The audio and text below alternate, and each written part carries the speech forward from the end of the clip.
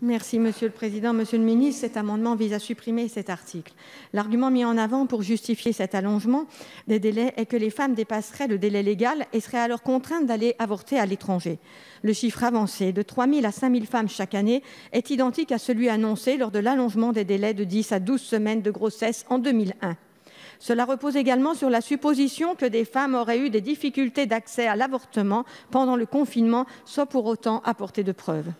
En réalité, nous ne disposons d'aucune analyse fiable et scientifique, ni sur les chiffres, ni sur les raisons pour lesquelles un certain nombre de femmes iraient à l'étranger. Ces données pourraient éclairer sur les carences éventuelles des politiques publiques et des politiques de prévention à conduire. Avorter tardivement à plus de 3 mois de grossesse est très violent pour les femmes, d'autant sur le plan médical, l'IVG est rendu plus complexe compte tenu de la plus grande taille du fœtus. D'où vient la limite de 14 semaines qui est avancée au lieu de 12? Pourquoi pas 16 jusqu'à 19? La réponse est plus. La réponse nous a été donnée par notre collègue Elsa Faucillon lors de notre dernier débat sur l'évaluation des politiques publiques en matière d'accès à l'IVG. Je la cite: l'allongement de ce délai se cale sur la technique d'avortement utilisée à 12 ou 14 semaines de grossesse. Il est encore possible de procéder à un avortement par aspiration.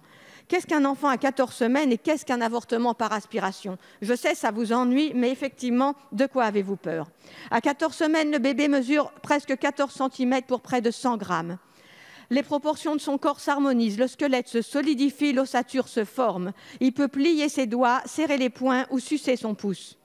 Il commence également à donner quelques coups, trop faibles encore pour être ressentis.